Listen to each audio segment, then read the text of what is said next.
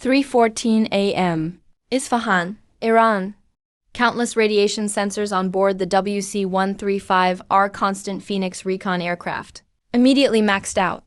The air outside the aircraft was filled with tritium. There should have only been sand and dust here.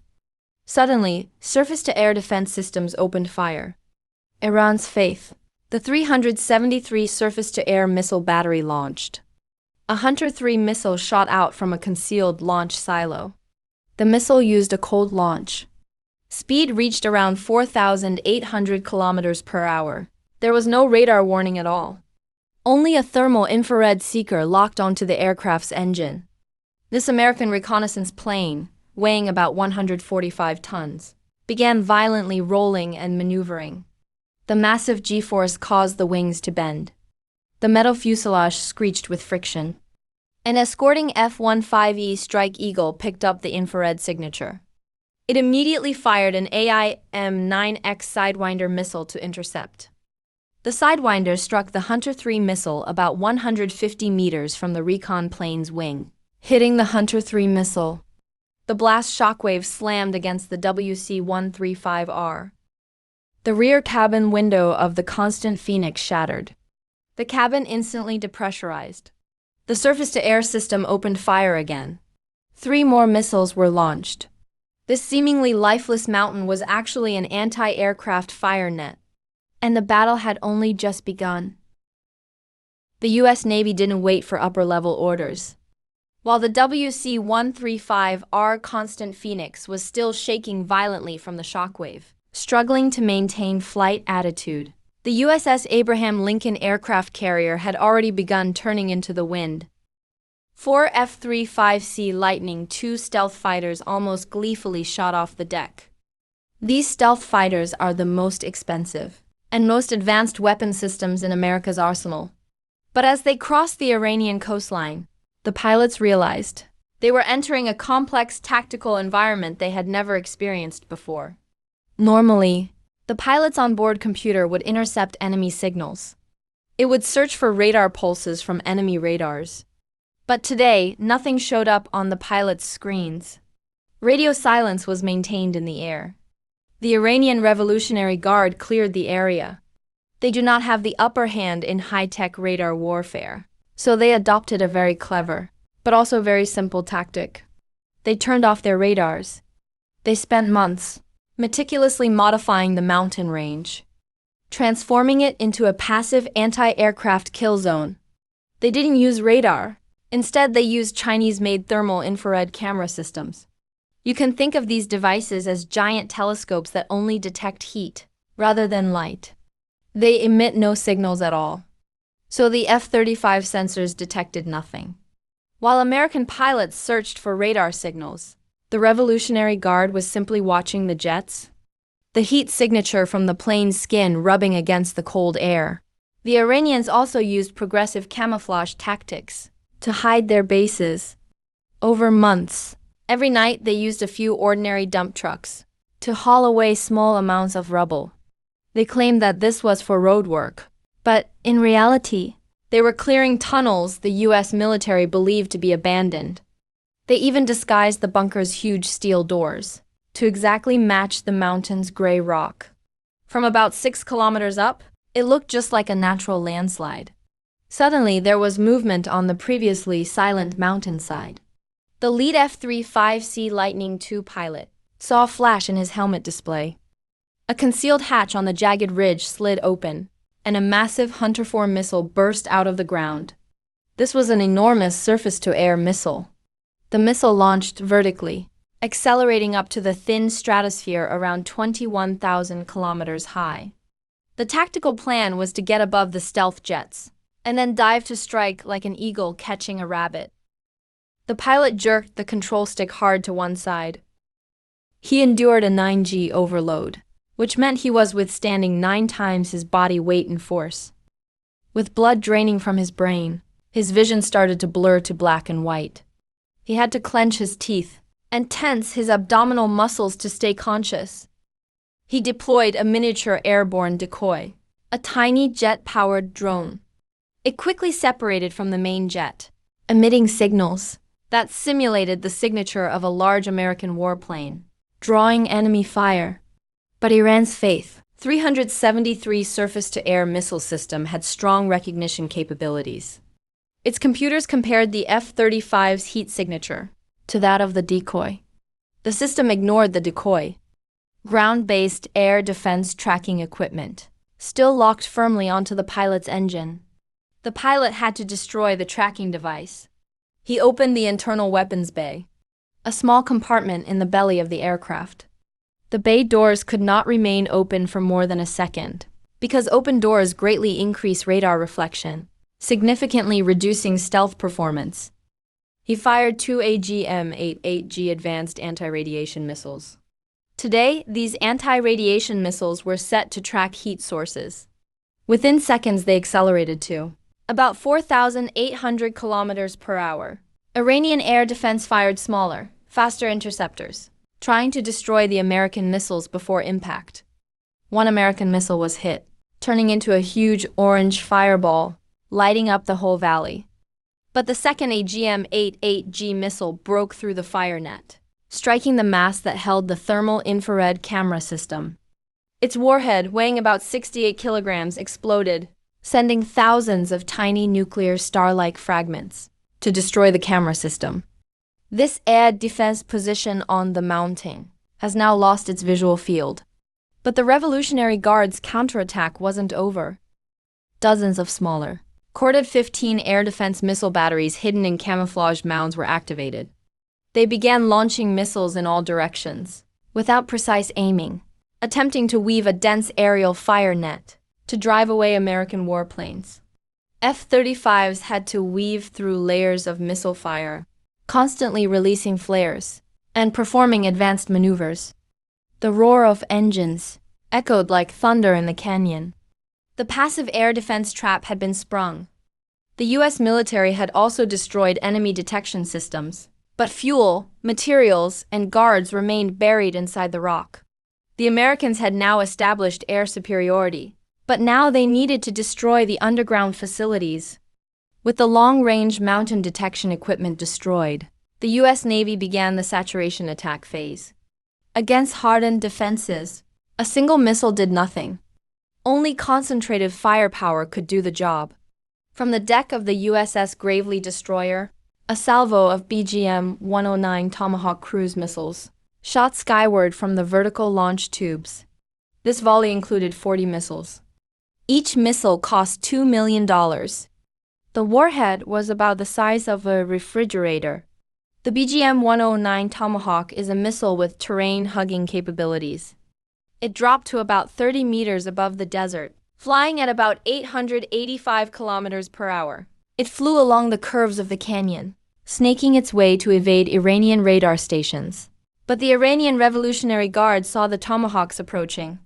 They activated the Point Defense Network. Dozens of units hidden in rock camouflage mounds, the Merced-16 air defense missile systems, were quickly deployed into battle. The Merced-16 is specifically designed for short-range air defense missions. As the Tomahawk missiles cleared the final bend and approached the mountains of Isfahan, the air defense grid fully engaged. A battery of Merced-16 missiles launched into the sky, streaking through the valley at speeds of approximately 3,200 kilometers per hour. A leading Tomahawk missile took a direct hit to its engine. The cruise missile's fuel tank ruptured, turning it into a massive, tumbling ball of fire.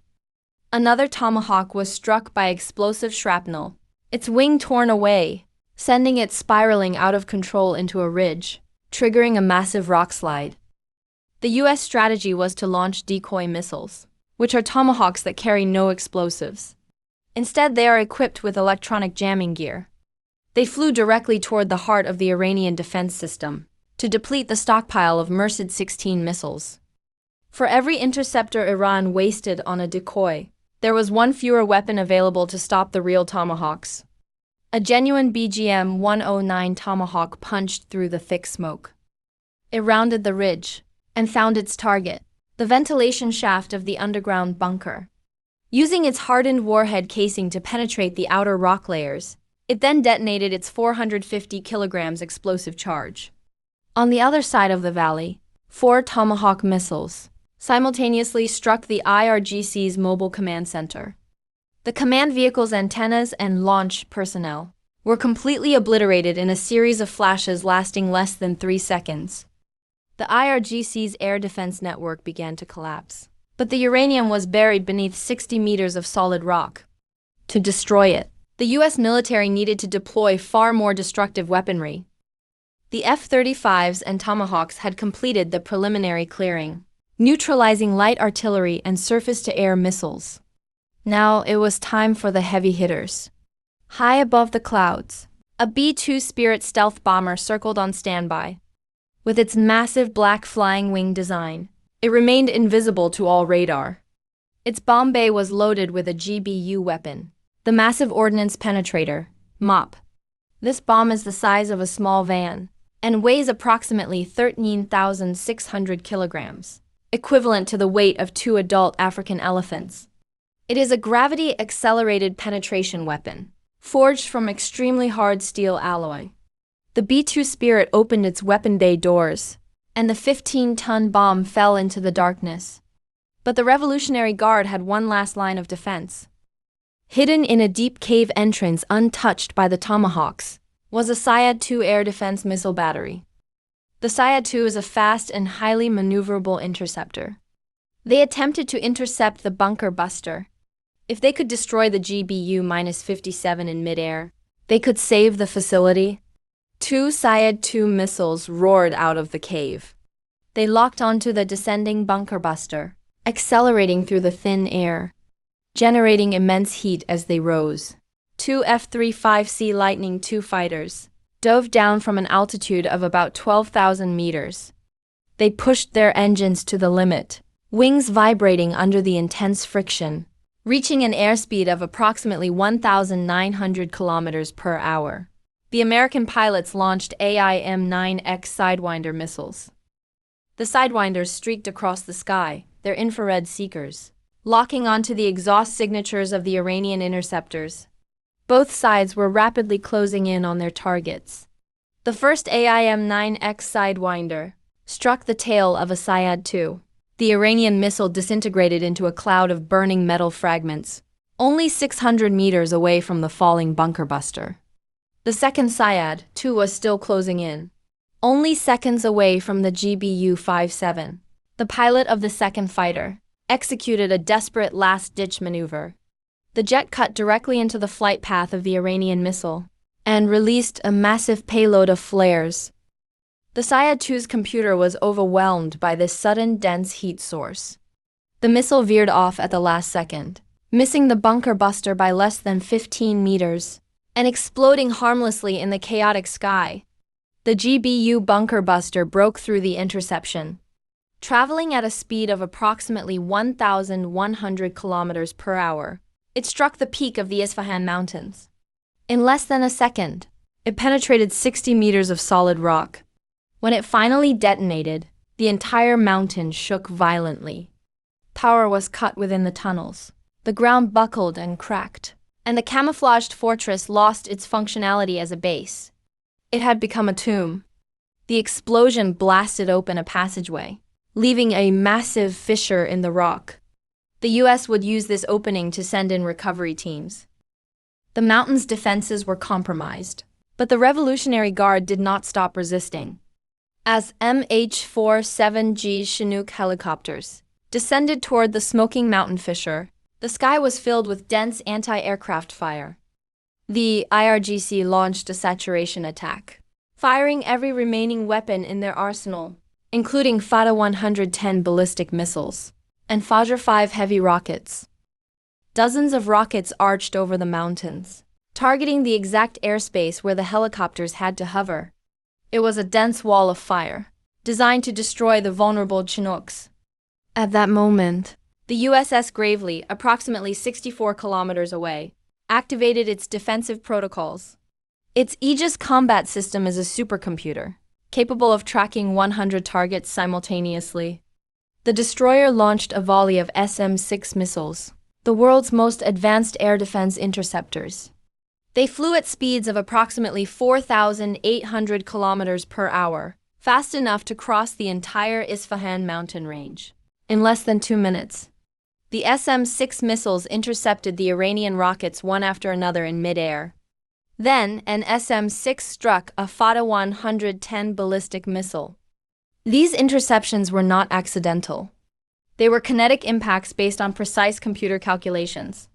In the airspace near the mountains, the helicopters were protected by RI-162, evolved Sea Sparrow missiles, SSM. A Fajr 5 rocket screamed toward the lead MH-47G Chinook.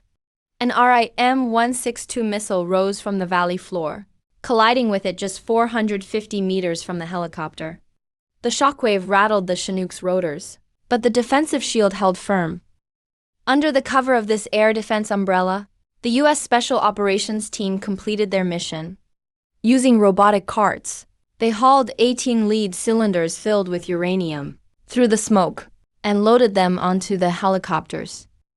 The Iranian air defenses launched one final assault. A hidden Sayed-3 air defense battery targeted the retreating helicopter formation with a volley of cold-launched missiles. But the U.S. forces were prepared. An F-35C Lightning II detected the infrared launch flashes. It used its high-powered electronic jammer to release a powerful electromagnetic interference signal. The Sayed-3 missiles lost their target locks. The missiles went completely out of control. One slammed into a mountain peak, while another crashed into the desert. As the last U.S. missiles cleared the airspace of obstacles, the MH-47G Chinooks pulled collective and dove into the deep canyons, using the rock formations as cover for their extraction. The uranium was successfully removed, and the mountain facility lay in ruins. The camouflage trap was completely destroyed by a force with superior firepower and tighter defenses. Before we conclude, regarding the SM-6 missile, there is a little-known detail. During the entire mountain engagement, radio signals were completely jammed. The deep rock layers and narrow canyons blocked all communications. For 15 minutes, the American commanders had no way of knowing if the strike team had survived. They could not receive any distress signals. To solve this problem, a U.S. warship launched an SM-6 missile, sending it over the mountains, on a ballistic trajectory approximately 160 kilometers high. This missile was not assigned a strike target. As it traveled through the air at 4,800 kilometers per hour, it acted as a temporary communication relay satellite. It picked up the radio signals from the ground team and reflected them back to the fleet. This missile, which ensured the success of the mission, did not perform any lethal task. It simply served in the sky as a high-speed and expensive radio mirror. Without it, the helicopter formation would not have known the exact time to enter the extraction zone.